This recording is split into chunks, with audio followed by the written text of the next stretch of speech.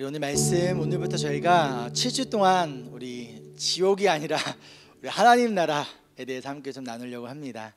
그래서 우리를 지옥에 보내지 않으시고 또 하나님 나라를 또한 보내기 위하여 예수님께서 무엇을 행하셨는가, 그리고 어떠한 자들이 하나님 나라를 들어갈 수 있는가에 대해서 우리가 좀 함께 나눌 건데요. 며칠 전에 제가 운전을 하다가 이번 주에 2주 동안 휴가 잘 보냈습니다. 먼저 여러분들 기도와 또 사랑과 또 너무 성도님들의 격려에 저와 또 저희 가족 모두가 너무 큰 힘과 또 위로를 얻었습니다. 아이들을 이제 아침과 오후에 아이들이 학교를 픽업을 하는데 하루는 갑자기 달리다가 차가 갑자기 시동이 꺼진 거예요. 뒤에서 뭐 빵 하고 이제 막 아슬아슬했는데 왜 그러지? 그러다 좀 있다가 또 다시 한번 시동이 또 꺼졌습니다. 그러니까 우리 뒤에 타고 있던 열방의 애들이가 아빠 이러다 우리 죽어요. 우리 죽어요. 빨리 우리 차 좀 바꾸자요. 막 이런 거. 아니 아주 충분해. 아빠가 부킹할게. 고치면 돼. 그러고 나서 제가 아들한테 이렇게 얘기했어요. 야 죽으면 좋지. 천국 가니까. 하나님 나라 가니까 천국이 너무 좋잖아 라고 하니까 애들이가 안 돼요. 그러면 누가 엄마 케어해줘요. 라는 거예요. 옆에 있던 열방이가 하는 말이 아빠 나는 아직 하나님이 나에게 해주신 미션을 아직 컴플리트하지 않았어요. 아직 그 사명을 시작도 안 했는데 나는 이대로 죽을 수 없어요. 나는 지금 천국 갈 수 없어요 라고 얘기를 했습니다. 우리 7주 동안 하나님 나라에 대해서 배울 거예요. 어떠한 사람들이 과연 하나님 나라에 들어가는가, 또 하나님 나라의 가치관은 무엇인가를 우리가 좀 함께 나눌 건데요. 오늘 첫 번째 시간이고요. 우리 먼저 말씀 같이 볼게요. 마태복음 13장 1절로 9절, 이어진 18절부터 23절까지 말씀입니다. 저희 교회는 한글은 세번역, 영어는 ESV 버전을 보고 있습니다.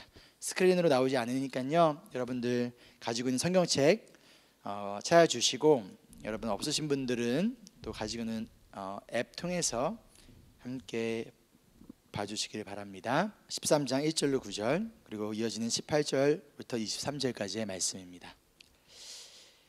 1절입니다. 그날 예수께서 집에서 나오셔서 바닷가에 앉으셨다. 많은 무리가 모여드니 예수께서는 배에 올라가서 앉으셨다. 우리는 모두 물가에 서 있었다. 예수께서 그들에게 비유로 여러 가지 일을 말씀하셨다. 그는 이렇게 말씀하셨다. 보아라, 씨를 뿌리는 사람이 씨를 뿌리러 나갔다. 그가 씨를 뿌리는데 덜어는 길가에 떨어지니 새들이 와서 그것을 쪼아 먹었다. 또 덜어는 흙이 많지 않은 돌짝밭에 떨어지니 흙이 깊지 않아서 싹은 곧 났지만 해가 뜨자 타버리고 뿌리가 없어서 말라 버렸다. 또 덜어는 가시덤불에 떨어지니 가시덤불이 자라서 그 기운을 막았다. 그러나 덜어는 좋은 땅에 떨어져서 열매를 맺었는데 어떤 것은 100배가 되고 어떤 것은 60배가 되고 어떤 것은 30배가 되었다. 9절입니다. 귀 있는 사람은 들어라. 아멘. 이어진 18절입니다. 너희는 이제 씨를 뿌리는 사람의 비유가 무슨 뜻을 지는지를 들어라. 누구든지 하나님 나라를 두고 하는 말씀을 듣고도 깨닫지 못하면 악한 자가 와서 그 마음에 뿌려진 것을 빼앗아 간다. 길가에 뿌린 씨는 그런 사람을 두고 하는 말이다.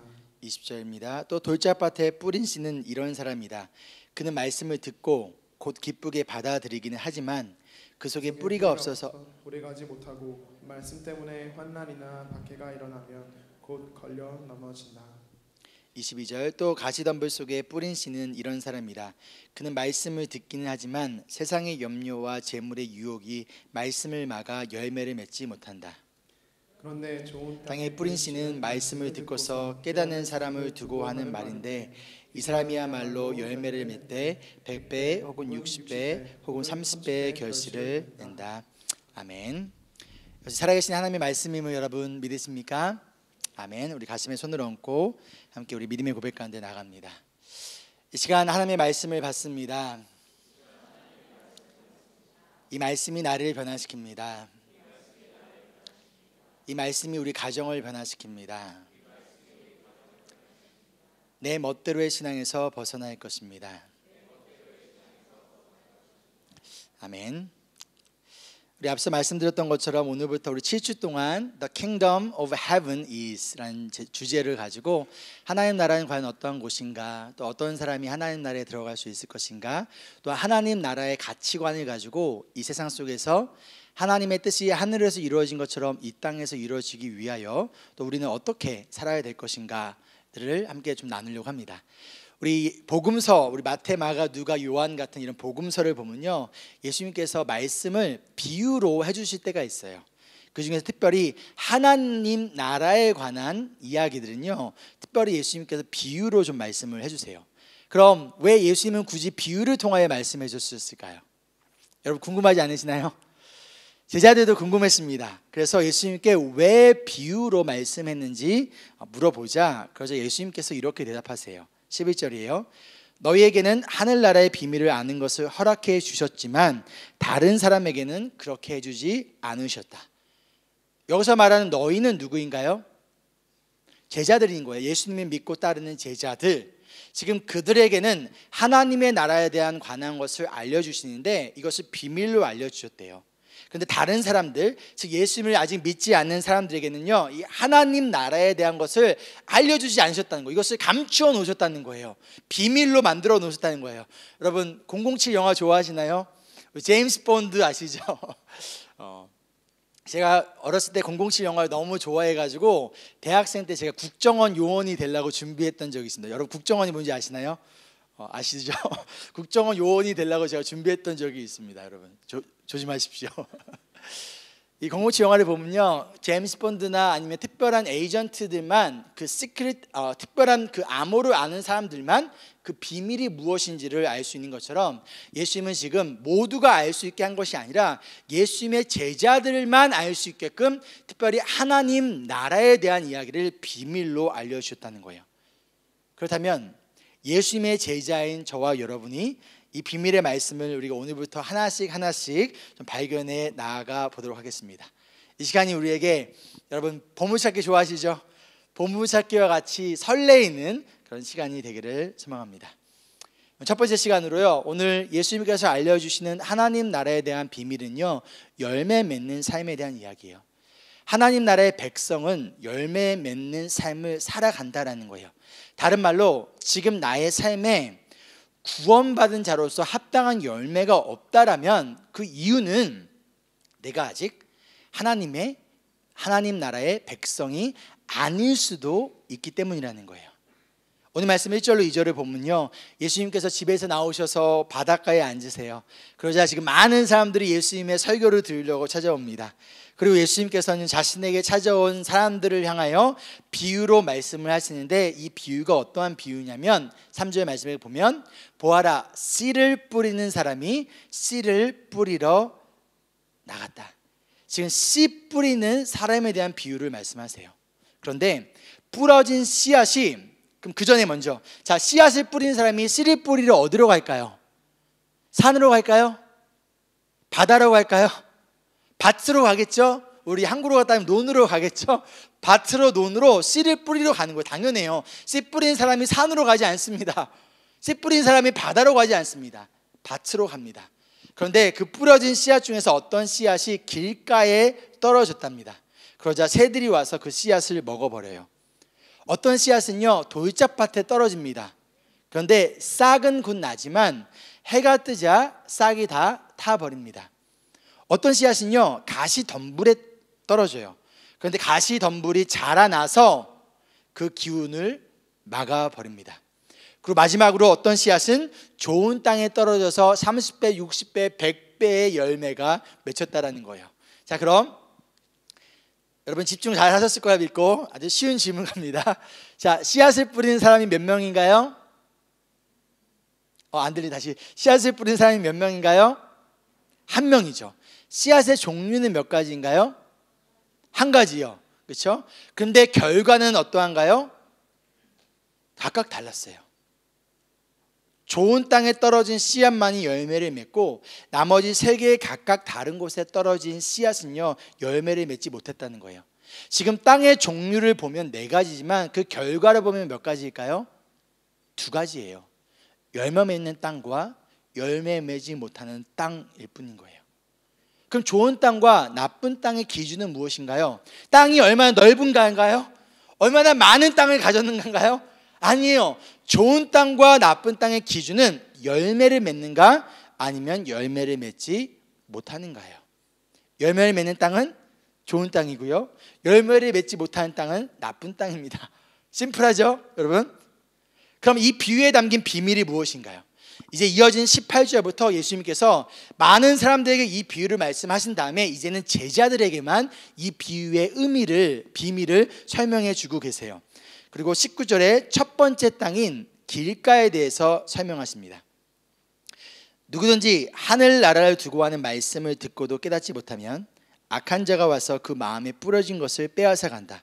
길가에 뿌린 씨는 그런 사람을 두고 하는 말이다. 자, 여기서 먼저 씨앗이 먼저 알려줍니다. 씨앗이 무엇인가요? 포도일까요?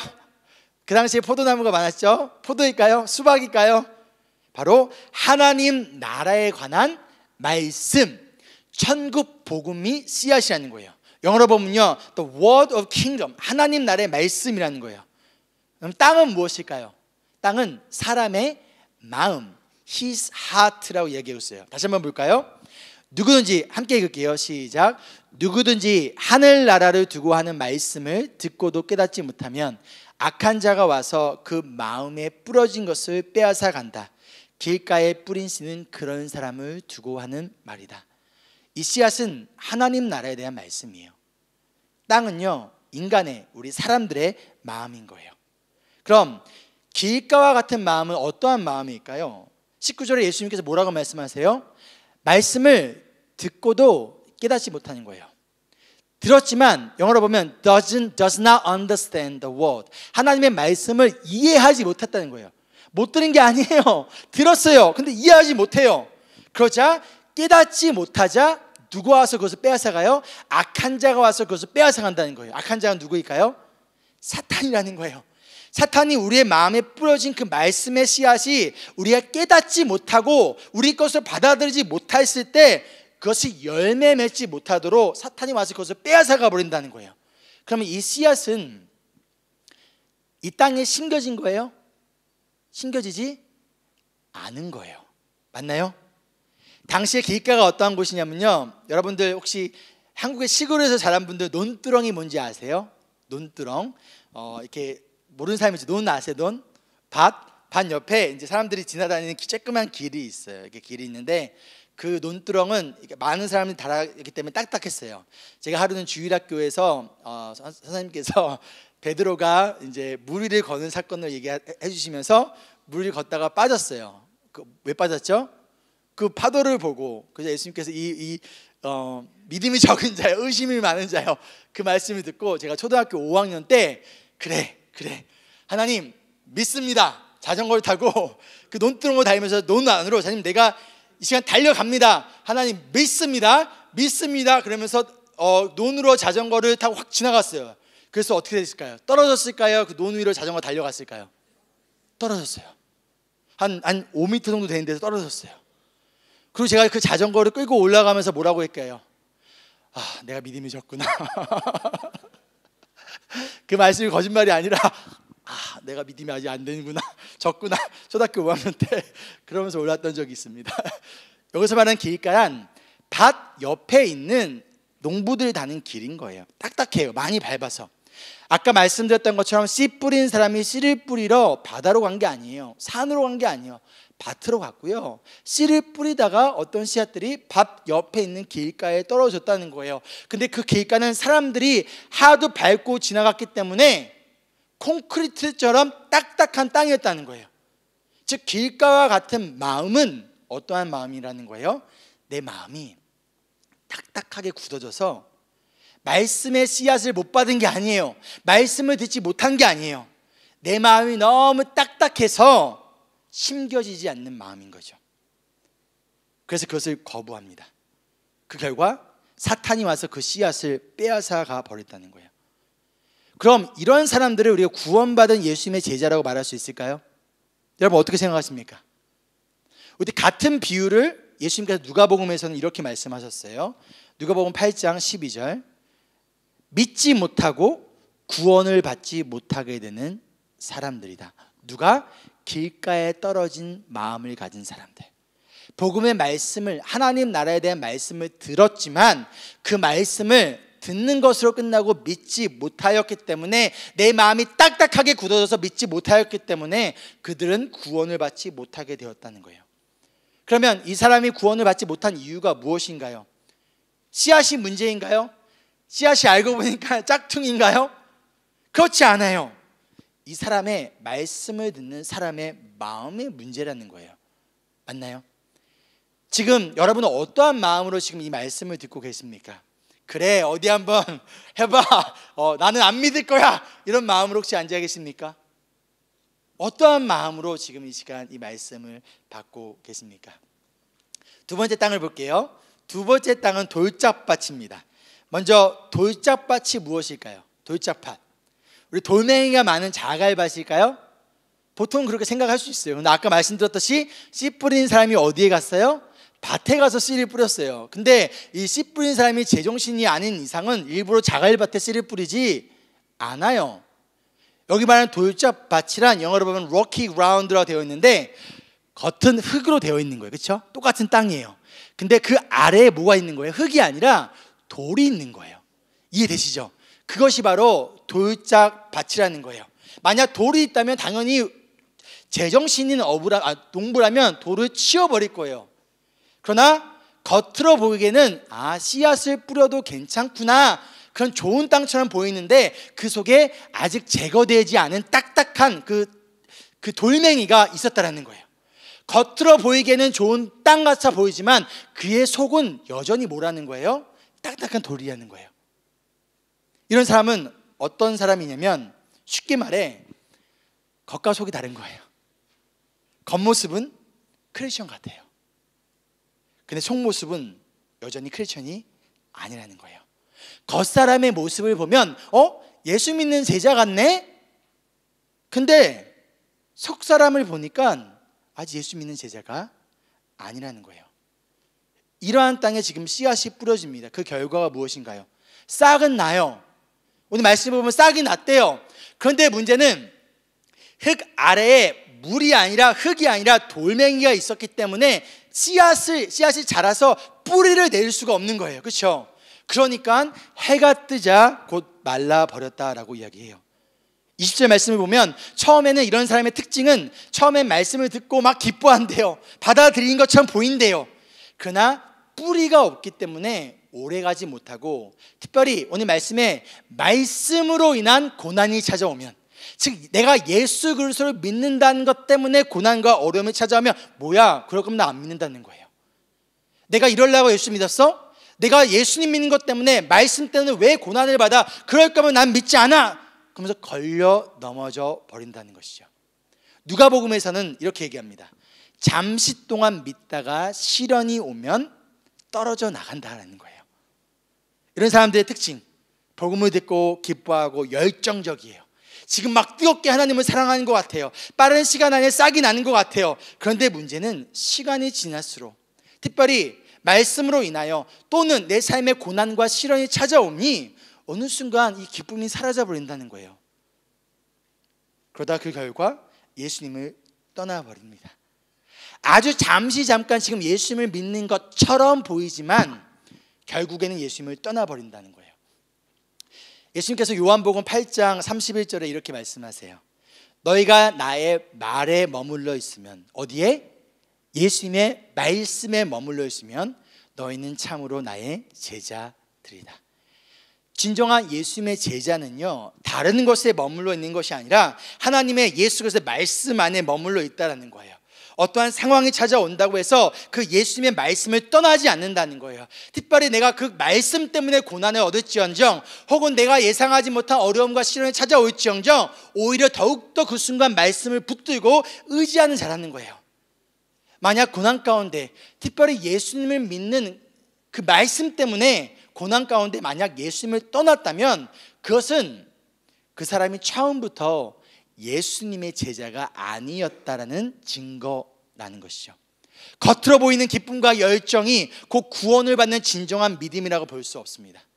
잠깐 내가 뜨겁게 찬양을 하고 열심히 봉사하는 것이 곧 구원받는 믿음의 열매가 아니라는 것이죠. 해가 뜨자 싹이 타버린 이유는 뿌리가 없었기 때문이라고 말씀하였듯이 우리의 믿음의 뿌리가 예수님의 말씀에, 그 복음의 말씀에 내리지 않으면요, 해가 뜨면, 인생의 어려움이 찾아오면 금세 우리의 영혼이 메말라가요. 그 순간 이 구원에 대한 기쁨과 열정 또한 사라져버립니다. 그리고 결국 떨어져 나가버린다는 거예요. 예수님을 떠나버린다는 거예요.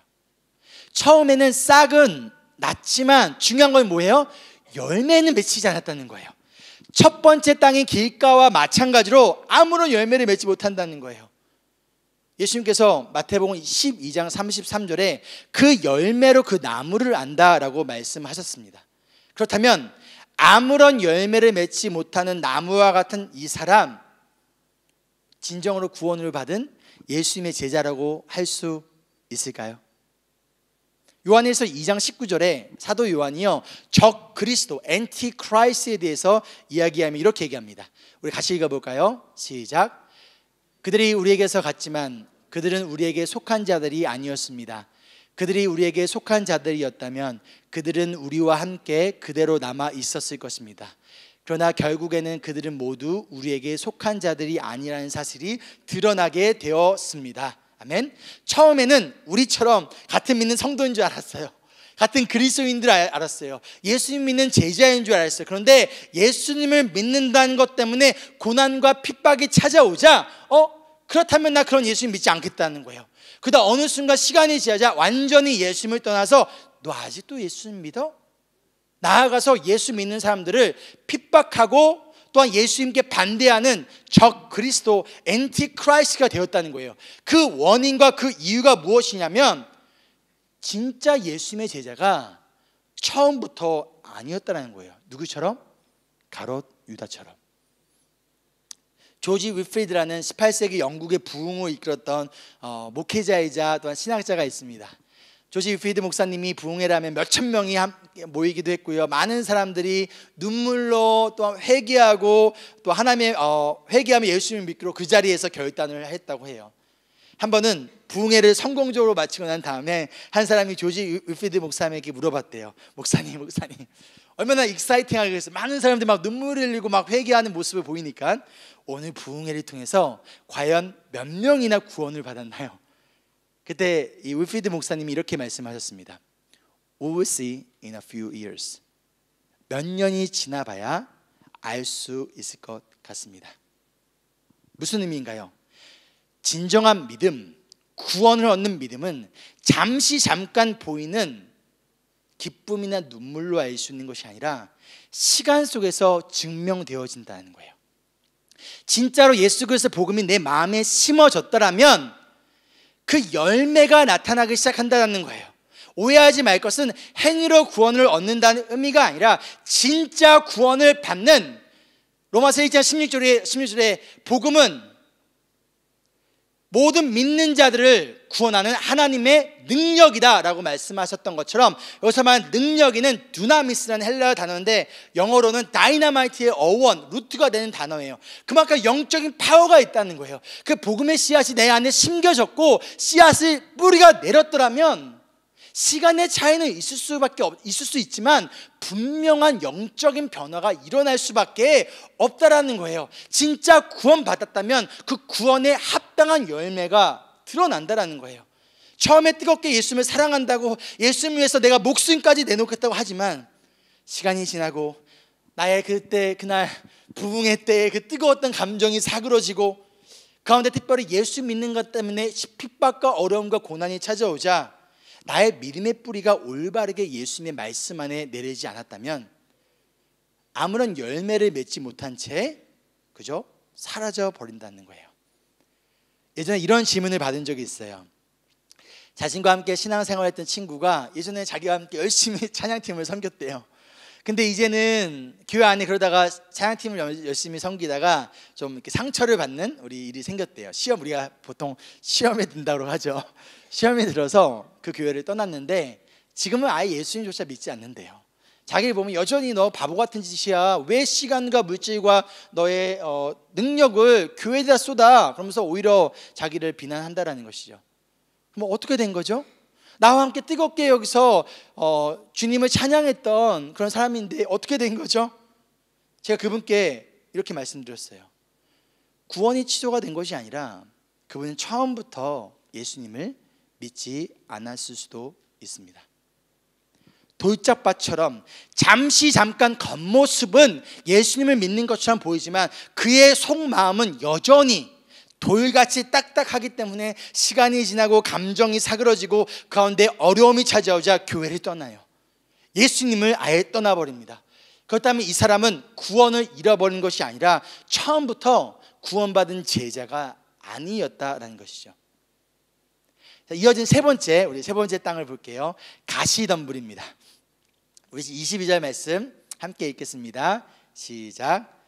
또 가시덤불 속에 뿌린 씨는 이런 사람이다. 그는 말씀을 듣기는 하지만 세상의 염려와 재물의 유혹이 말씀을 막아 열매를 맺지 못한다. 자, 가시덤불의 특징이 무엇이죠?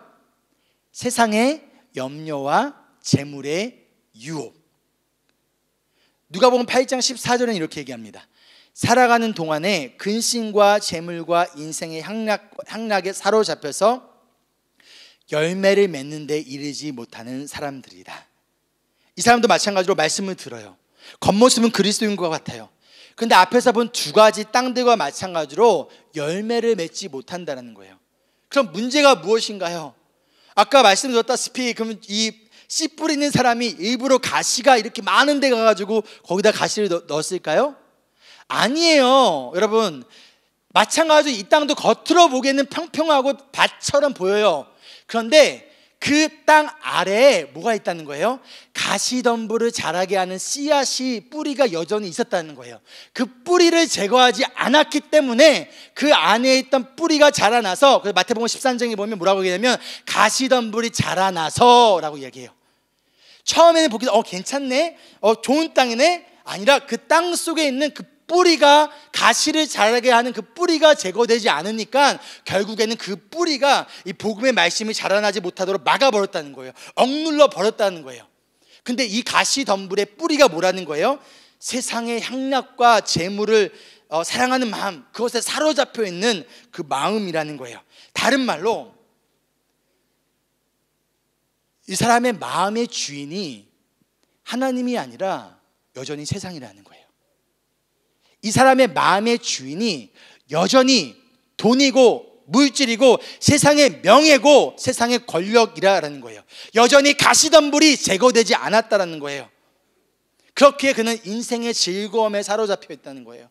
몸은 교회에 와요. 그러나 그의 마음속 진짜 주인은 여전히 하나님이 아니기 때문에 여전히 세상과 물질이 주인이라는 거예요. 교회에 와요. 예수님 믿어요. 하나님 믿어요. 근데 for what? 왜? 무엇을 위하여? 내 안에 진짜 주인은 세상의 향락과 물질과 즐거움과 편안함을 위하여 교회에 올 수 있다는 거예요. 그렇다면 그 사람이 과연 진정으로 구원받은 예수님의 제자라고 말할 수 있을까요? 아직 여전히 내 인생의 주인이 변화되지 않았는데, 지금 그리스도인의 삶에 그 걱정과 근심하면 안 돼요 라는 것이 아니라 지금 그 뿌리를 말하고 있는 거예요. 예수님이 주인이 아닌 인생의 열매는, 복음의 열매를, 성령의 열매를, 사랑의 열매를 맺을 수 없다라는 거예요. 그저 재물과 인생의 즐거움이 그의 인생의 진정한 주인이기에 그러한 열매를 맺어가겠죠. 예수님께서 하나님과 물질을 겸하여 섬길 수 없다라고 말씀하셨듯이, 하나님이 우리의 인생의 주인이던가 아니면 이 세상이, 돈이 우리의 인생의 주인이던가, 그리하여 나의 인생의 주인인 돈과 물질과 세상의 정욕과 쾌락에 사로잡혀서 지금 내가 하나님을 이용하기 위하여 이 자리에 있을 수 있다는 거예요. 내가 원하는 것을 얻기 위한 많은 신들 중에서, 많은 방법들 중에서 하나일 수 있다는 거예요. 그러나 그래서 겉모습은 그리스도 같지만 이 속마음은 여전히 가시덤불로 가득 차 있을 수 있다는 거예요. 그렇다면 여러분의 마음의 진정한 주인은 누구이신가요? 요한일서 2장 15절에 이렇게 말씀합니다. 같이 읽을게요. 시작. 여러분은 세상이나 세상에 있는 것들을 사랑하지 마십시오. 누가 세상을 사랑하면 그 사람 속에는 아버지에 대한 사랑이 없습니다. 우리의 마음에 주권을 얘기하고 있어요. 우리 마음의 중심을 얘기하고 있어요. 우리 인생의 가치관과 목적을 이야기하고 있어요. 우리 마음에 세상을 향한 사랑이 아니라 하나님 아버지에 대한 사랑으로 가득 차기를 소망합니다. 그리하여 때로는 세상의 염려와 재물과 인생의 걱정이 찾아올 수 있지만 그것에 사로잡히지 않는다는 거예요. 돈이 없지만 그것에 사로잡히지 않다는 거예요. 내가 더 많이 권력을 얻고 더 많이 프로모션을 하고 더 높은 자리에 올라가고 싶은 마음이 있지만 없겠습니까? 저라고 없겠습니까? 그 누가 없겠습니까? 그러나 그것에 사로잡히지 않는다는 거예요. 왜요? 그것이 나의 진짜 주인이 아니기 때문이라는 것이죠. 오해하지 말아야 될 것은요, 지금 돈의 문제를 얘기하는 것이 아닙니다. 뭘 얘기하고 있는 거예요? 우리의 마음, 우리의 마음의 중심. 선물을 주신 하나님보다 선물인 돈을 더 사랑하는 것이 문제라는 거예요. 우리 지난 일주일 동안 우리 성도님께서 정말 우리 저희 가족을 위해서 건강식을 많이들 갖다 주셨어요. 그래서 제가 너무 감사했습니다. 모두가 감사했어요. 어저께 우리 열방에 갑자기 아빠 치킨 먹을래요? 그런 거예요. 그래서 웬 치킨? 그러니까 우리 이번 주 일주일 동안 죽이랑 미역국만 먹었으니까 우리 오늘은 치킨 좀 먹자요. 그래서 알았어, 아빠가 사올게. 자기가 산다며, 자기가 페이, 아우 페이 그러는 거예요. 너 돈이 어디 있어? 그러니까 얼마 전에 열방의 생일이라서 제가 선물을 못 사줘가지고 이제 용돈을 조금 줬어요. 용돈을 좀 주면서 열방아 먼저 11조와 생일 감사원금 먼저 드려. 그래서 지난주에 드리고 돈이 조금 남은 거죠. 근데 그걸 가지고 자기가 치킨을 사겠다는 거예요. 아빠 제가 사줄게요. 아니 아빠가 돈 줄게. 아니요 괜찮아요. 그리고 자기가 엄마한테 이미 캐시를 줬고 엄마가 우버이시로 시켰다라는 거예요. 좀만 기다려. 아빠 6pm에 먹을 거니까 아무것도 먹지 말고 기다리세요. 라고 기다렸어요. 좀 이따 제가 다시 불렀어요. 열방아, 그 내가 아빠가 돈을 줄게. 아니요, 괜찮아요. 근데 그 전에 줬던 돈 누가 준 거예요? 제가 준 거예요.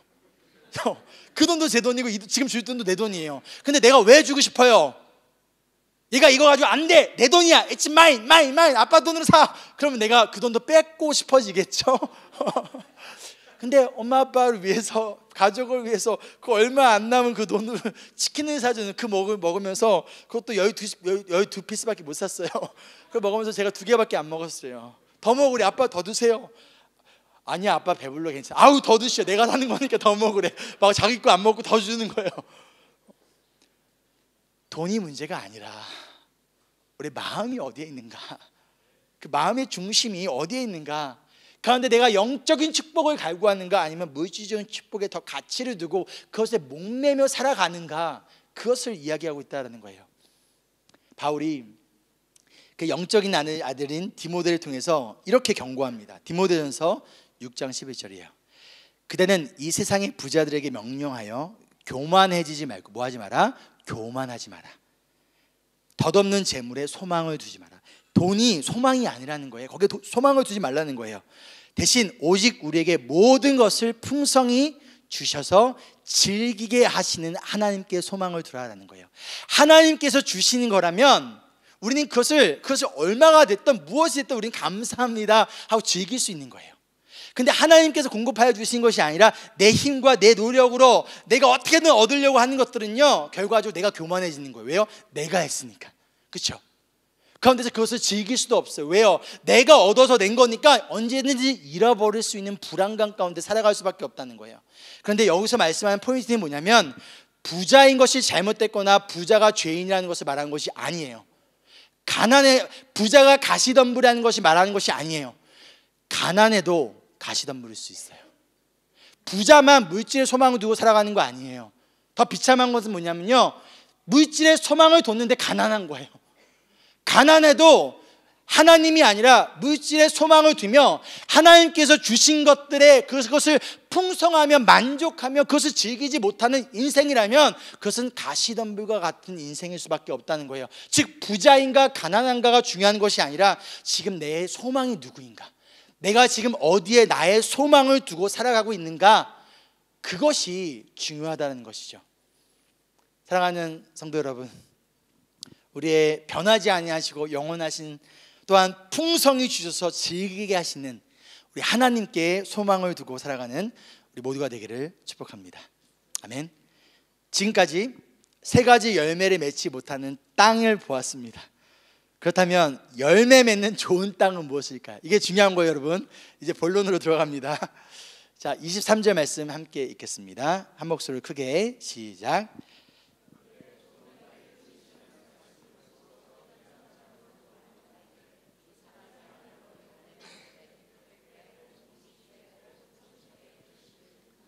자, 열매 맺는 좋은 땅의 결과가 뭔가요? 특징이 무엇인가요? 열매를 맺는다는 거예요. 그렇죠? 100배, 60배, 30배. 이건 중요한 것이 아니에요. 뭐 30배든 60배든 100배든 그게 중요한 게 아니에요. 2배든 4배든 그게 중요한 것이 아니에요. 열매를 맺었다는 거예요. 그런데 어떻게 열매를 맺을 수 있죠? 그 열매를 맺는 방법이 뭐죠? 말씀을 듣고서 깨닫는 사람. 간단하죠? 다른 게 아니에요. 하나님의 말씀을 듣고 이 말씀을 이해하는 거예요. 깨닫는 거예요. 같은 사건을 기록한 마가복음에서는 이렇게 얘기합니다. 말씀을 듣고 받아들였다는 거예요. Hear the word of God and accept the word of God. 하나님의 말씀을 듣고 accept, 나를 향한, 옆에 있는 내 남편을 향한 말씀, 내 옆에 있는 내 아내를 위한 말씀이 아니라 나를 향한 말씀으로 받아들일 때 열매가 맺힌다는 거예요. 누가복음에서는 이렇게 얘기해요. 말씀을 듣고 hearing, listening, 그것을 어떻게 굳게 간직하여 견디는, hold it fast with patience. 이것을 받아들인 다음에 견딘다는 거예요. 이것이 다른 말로 말씀이 심겨졌다, 씨앗이 심겨졌다고 해서 바로 그 순간 열매를 맺히는 게 아니에요. 시간이 필요해요. 그 시간을 견딘다는 거예요. 왜 변화가 없지? 왜 일어나지 않지? 그냥 그 가운데서 믿음을 가지고 그것을 붙들고 견디고 인내하는 사람의 삶 속에 열매가 맺힌다는 거예요. 자, 그럼 정리해 볼까요? 마태는 말씀을 듣고 깨닫는 사람, hearing and understanding, 그렇죠? 마가는 말씀을 듣고 똑같아 hearing, 받아들이는 사람, accept the word of God for me, 그렇죠?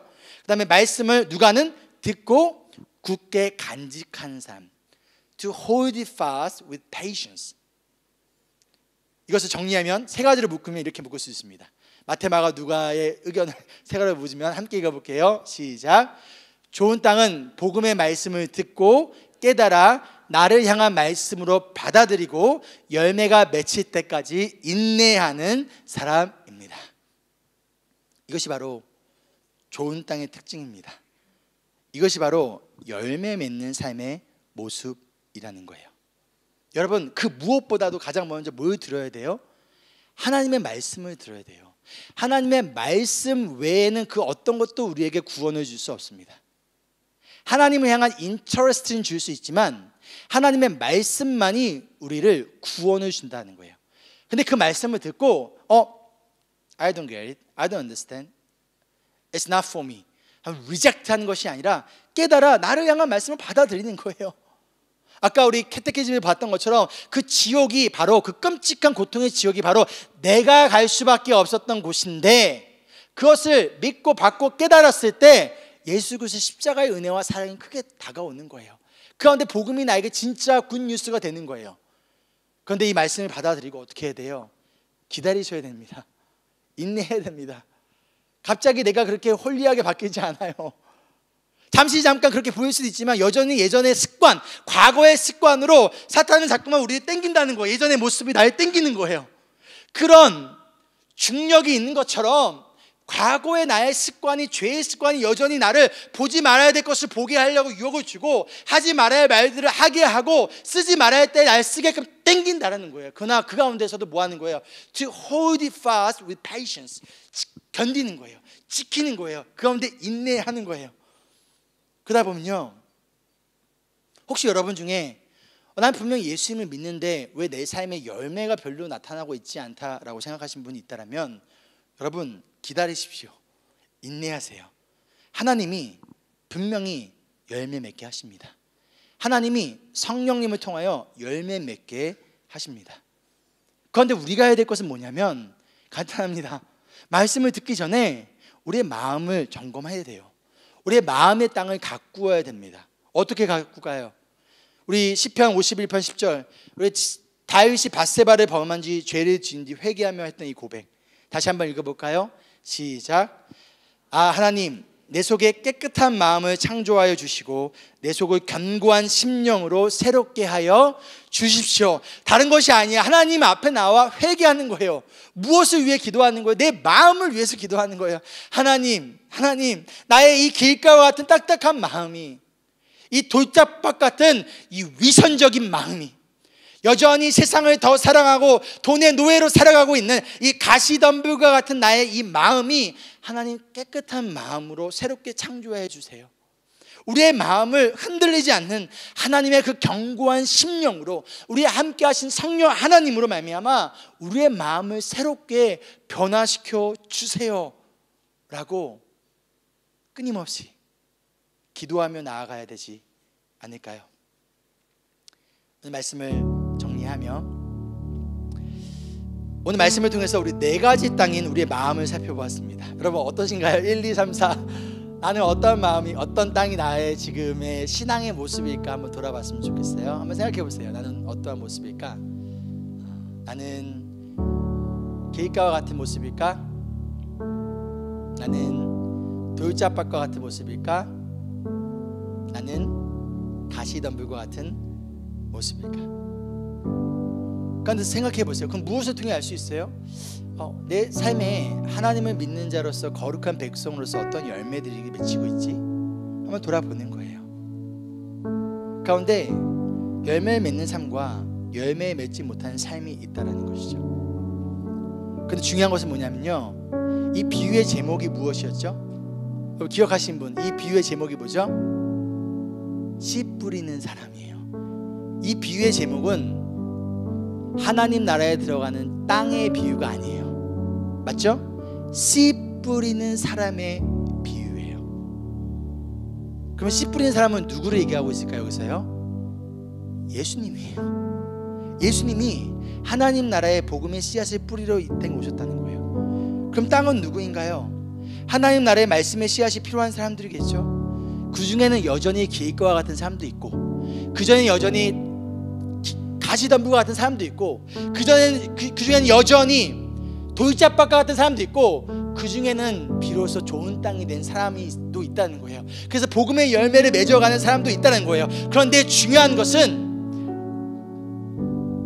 이 천국 복음의 씨앗을 뿌리러 오신 예수님께서 그래 우리 아시아의 마음에만 뿌려야지 하지 않으셨다는 거예요. 좋은 땅들만 딱 골라가지고 너는 길가에서 안 돼, 너는 돌짝밭 같은 마음에서 안 돼, 너는 가시덤불이야 안 돼, 그 좋은 땅만 골라가지고 열매 맺는 땅만 골라서 씨앗을 뿌리지 않으셨다는 거예요.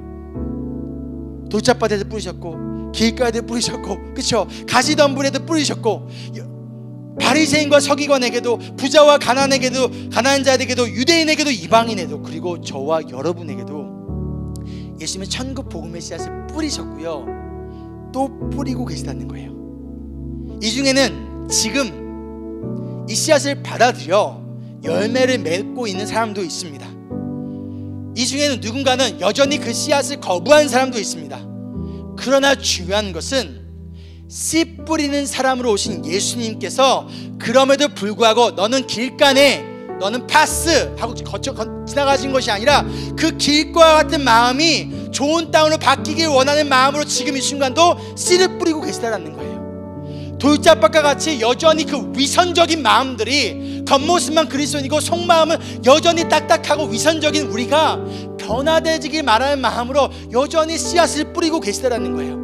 여전히 가시덤불같이 세상을 더 사랑하는 우리의 마음이 이제는 제발 그것을 좀 내려놓고, 이제는 제발 하나님을 사랑하는 사람으로서 하나님 나라의 열매를 맺는 자로서 제발 좀 살아가기를 바라는 마음으로 지금 이 순간도 여전히 그 복음의 씨앗을 여러분의 마음속에, 우리 마음속에 뿌리고 있다는 거예요. 좋은 땅은 더 많은 천국 복음의 열매가 맺혀서 너를 통하여, 우리 통하여, 우리 인브레스 교회를 통하여 더 많은 교회들이 생기고 더 많은 믿는 자들이 나타나고 가운데 하나님 나라의 열매를 맺히게 하는 그 마음으로 여전히 또한 씨앗을 뿌리고 계시고 있다는 거예요. 혹시 지금 여러분의 마음이 길가와 같은 딱딱한 마음입니까?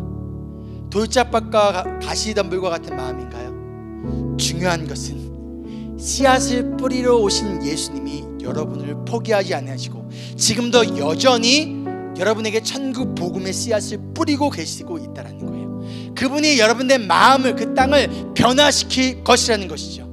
그리하여 여러분이 구원을 얻을 수 있도록 여러분의 삶이 열매 맺는 삶으로 구원받은 자로서의 합당한 삶을 살아가도록 끊임없이 그걸 여전히 포기하지 않고 여전히 인내하며 우리에게 씨앗을 뿌리고 계신 예수님. 그럼 여러분, 우리 함께 이 시간 씨앗을 뿌리러 오신 예수님을, 우리의 마음을 변화시킬 수 있는 예수님을 바라보고 의지하며 오늘 이 시간, 내일이 아니라 오늘 이 시간, 하나님 오늘 이 시간 주신 이 복음의 씨앗, 말씀의 씨앗을 내가 듣고 믿고 받아들이기 원합니다. 이것을 붙들고 견디고 인내하기 원합니다. 그런데 하나님의 때에 100배, 60배, 30배의 열매 맺는 진정한 축복된 삶을 살아가기를 소망하는 마음 가운데 나아가는 우리 모두가 되기를 주의 이름으로 축복합니다. 아멘.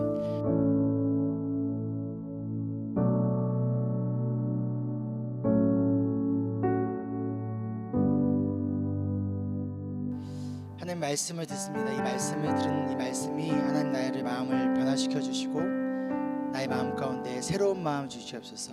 그 마음 가운데 우리 함께 좀 찬양하며 나아가는 시간 됐으면 좋겠습니다. 일어나서 찬양하셔도 되고요, 앉아서 찬양하셔도 되고요. 뭐가 됐든 우리의 마음이 하나님을 바라보며 하나님, 이 시간 우리의 마음이 새로워지길 소망합니다. 말씀을 찾아오신 예수님, 이 시간 나의 길가와 같은 마음, 돌짝밭 같은 마음, 가시덤불과 같은 마음을 변화시켜 주시옵소서. 믿음의 고백 가운데 함께 찬양하길 소망합니다.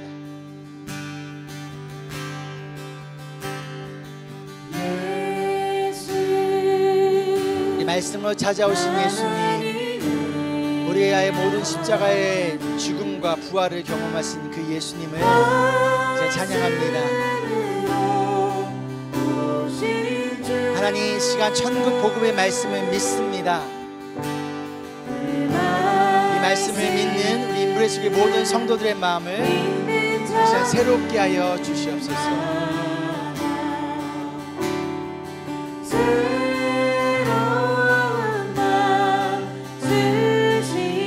예수 하나님의 본체, 예수 하나님의 사랑으로 오신 주님, 그 사랑이 이 시간 우리의 마음을 변화시켜 주시고 녹여 주시고 새로운 마음 주시옵소서.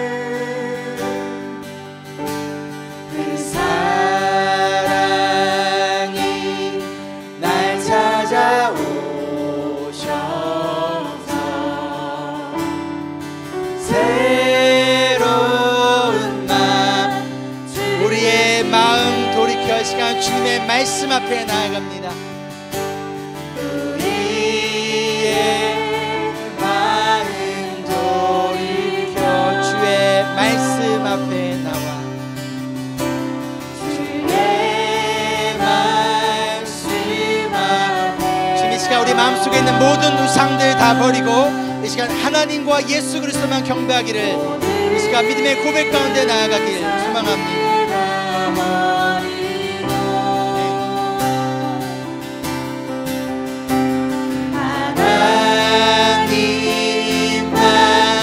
경배 새로운 마음 주시고 새로운 마음 주시고 주님의 성령을 부으사 우리 안에 굳은 마음 대하여 주님의 마음 주소서. 그리하여 내 삶이 말씀 안에 거하는 예수 그리스도의 제자 되기를 소망합니다. 주의 영광 주의 나라 드러나는 삶들 우리의 마음 돌이켜, 여러분 이 시간 어떠한 마음이든지 예수님 앞에 돌이켜 나아가는 시간 되길 소망합니다. 은혜와 사랑을 기억하며 하나님, 이 시간 나의 마음에 있는 모든 우상들, 거짓된 욕망들 아버지 이 시간 제거시켜 주시옵소서.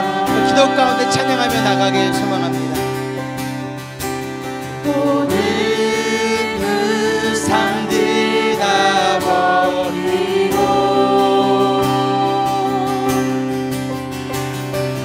하나님만 경배하네. 새로운 마음 주시고 주님의 하나님 똑같은 모습으로 살기 원하지 않습니다. 우리의 마음을 변화시켜 주시고 아버지 열매 맺는 삶을 살아갈 수 있도록 성령 하나님 이 시간 우리의 마음을 변화시켜 주시옵소서. 그리하여 내 삶이 주의 말씀 안에 거하며 주의 영광 주의 나라 드러나는 삶 되게 할렐루야. 주님을 찬양합니다.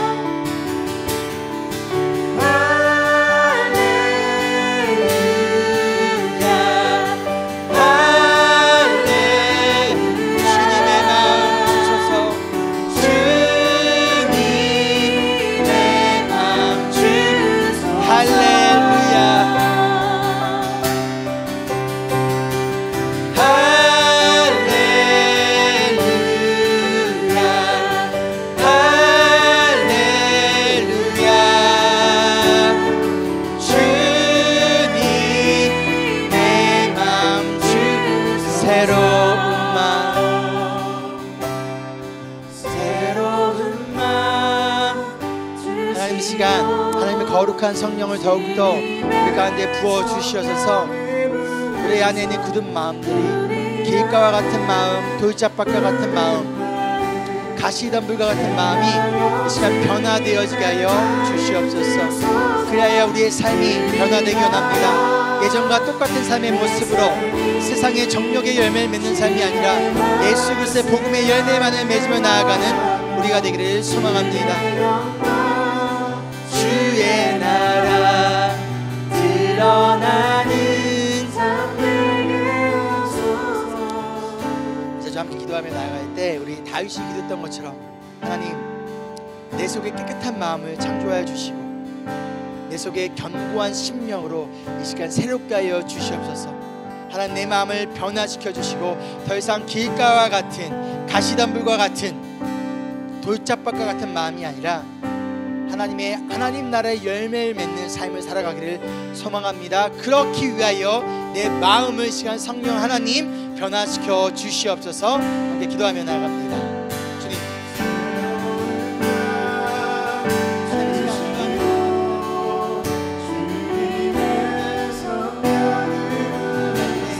우리 마음속에 있는 거짓된 욕망과 우상들이 있다면 제거하여 주시고 여전히 길가와 같은 마음들, 여전히 가시덤불과 같은 마음들, 여전히 세상을 살아가는 마음들, 여전히 위선적인 마음들, 여전히 나의 주인은 하나님이 아니라 세상인 나의 마음들 아버지 이 시간 아버지 거룩하고 나아가니 변화시켜 주시옵소서. 하나님 이 시간 우리의 마음을 위해 기도하며 나아갑니다.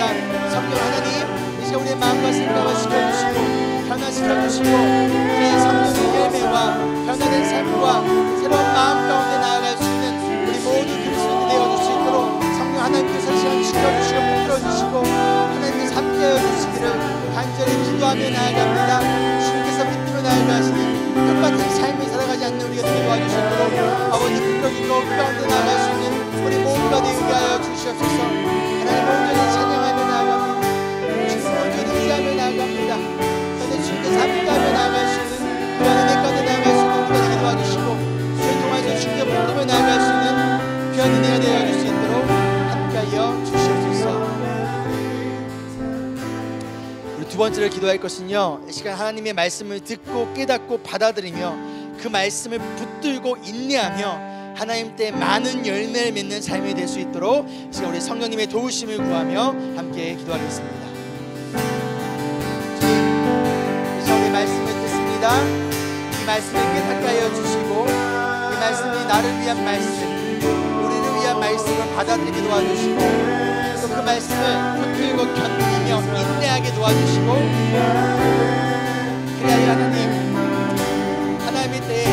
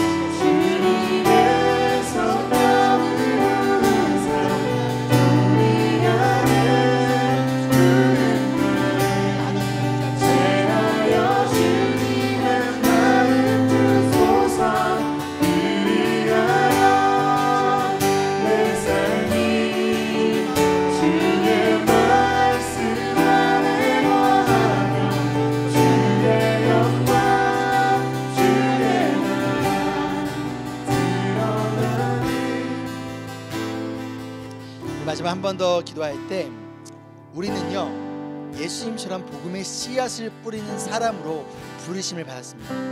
예수님이 우리에게 먼저 씨앗을 뿌리셨고요, 우리에게 예수님처럼 씨앗을 뿌리는 사람으로서의 사명을 주셨습니다.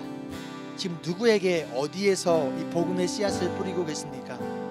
혹시 그들 중에 길가 같은 사람이 있습니까? 그들 중에 가시덤불과 같은 사람이 있습니까? 돌짝밭과 같은 사람이 있습니까? 받아들이지 않나요? 거부하나요? 그래서 포기하고 계십니까? 여러분, 포기하지 말고 계속 복음의 씨앗을 뿌리세요. 하나님께서 열매 맺게 하실 것입니다. 함께 기도하며 나갑니다. 주님, 이 시간 우리가 복음의 씨앗을 뿌린 자로서의 사명을 가지고 하나님, 우리가 끊임없이 복음의 씨앗을 뿌리며 나아가는 우리 모두가 되기 원합니다. 길가와 같은 자에게, 또한 가시덤불과 같은 자에게, 또한 돌바짝 같은 사람들에게, 거부하고 믿지 않는 자들에게, 그럼에도 불구하고 우리는 오늘도 여전히 씨앗을 뿌린 자가 되기 원합니다. 우리는 여전히도 하나님의 전적 복음의 씨앗을 뿌린 자가 되기 원합니다. 아버지, 그가 누구입니까? 그가 누구에게 상관없이 아버지 주만을 붙이며 나아가는 여기 하나님 나를 위해 나아가는 우리 모두가 되어줄 수 있도록, 그래서 씨앗을 뿌리며 나아가는 우리가 되게 도와주시도록 하나님 함께하여 주시옵소서. 그런데 나아가는 우리 모두 되기를 간절히 소망하며 주 앞에 나아가는 귀한 우리가 되어줄 수 있도록 하나님 함께하여 주시옵소서. 다 같이 일어나서 찬양합니다. 믿음 다하여, 믿음 다하여 그 위에 서리라. 하나님의 나라는 무너지지 않으리. 믿음 다하여 그 나라 세워가리라. 주님 곧 믿음 다하여, 믿음 다하여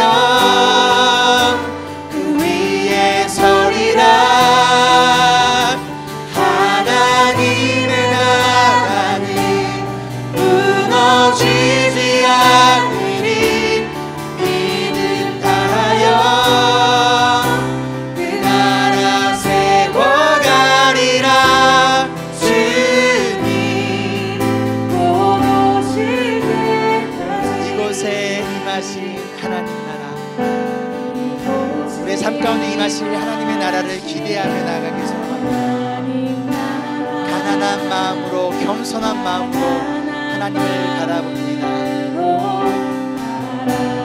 다른 것이 아니라 먼저 하나님의 나라와 그 뜻을 구하며 이 시간 들어진 헌금을, 들어진 시간을, 우리의 삶을 주님께 드립니다. 나의 삶들이 우리에게 맡기신 하나님의 나라가 있습니다. 주님이 맡기신 그 하나님 나라를 제가 믿음의 눈으로 바라보며 씨 뿌리는 자로서의 사명을 감당하는 우리 되기를 소망합니다. 하늘의 뜻이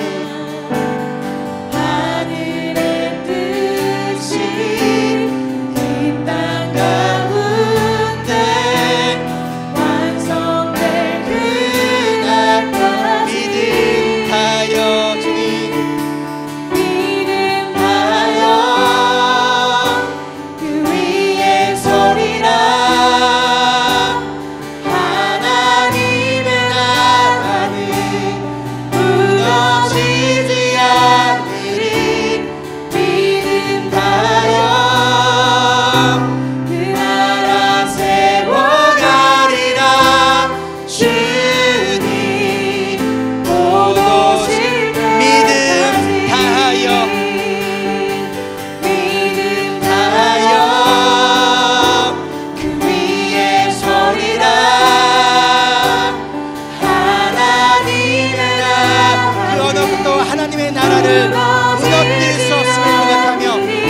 아닌 곳에서 하나님 나라를 세우는 킹덤 빌더들이 되기를 소망합니다. 세워가리라 주님 곧 오실 때까지.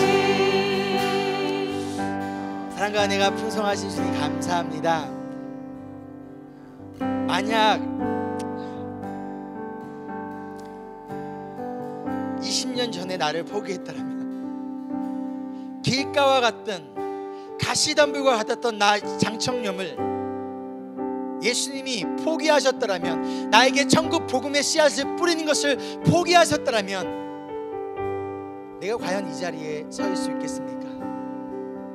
마찬가지로 이 자리에 있는 우리 성도님들, 우리 모두 하나님 예수 그리스도께서 여전히 포기하지 아니하시고 길가와 같은 그 마음이, 돌짝밭과 같은 그 마음이, 가시덤불과 같은 마음이 변화되어지기를 바라시며, 또한 변화시킬 수 있는 예수 그리스도의 복음의 능력이 지금도 여전히 이 시간 우리를 포기하지 않고 있기에, 이 시간 주님 우리도 포기하지 않습니다.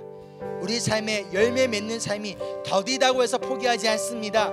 소망 가지고 이 시간 그 말씀을 듣고 믿고 받아들이며 붙들고 견디며 인내하며 나아갈 때 성령 하나님께서 이 시간 열매 맺는, 많은 열매 맺는 우리의 삶 되기를 간절히 소망합니다. 그런데 우리가 혹시 포기해버린 사람이 있습니까? 나의 남편입니까? 나의 자녀입니까? 나의 아내입니까? 직장에서 만나는 사람들입니까? 그들이 여전히 길가와 같은 마음이 있지라도 포기하지 않고 천국 복음의 씨앗을 심는 우리 모든 자들, 하나님 나라의 복음의 일꾼들, 더 킹덤 빌더들이 될 수 있도록 성령 하나님 우리의 마음과 생각을 주관하여 주시고 우리의 삶을 이끌어가 주시옵소서. 이제는 그 크신 하나님의 은혜와 놀라우신 예수님의 사랑하심과 성령님이 함께 하심이 지금 이 순간부터 영원히 함께 하기를 간절히 축원하옵나이다. 아멘. 우리 삶 가운데 임하실 또 하나님의 나라를 소망하며 주님 한 주간의 삶 가운데서도 하나님 나라를 이루며 나아가는 킹덤 리더들 되기를 소망합니다. 함께 찬양합니다.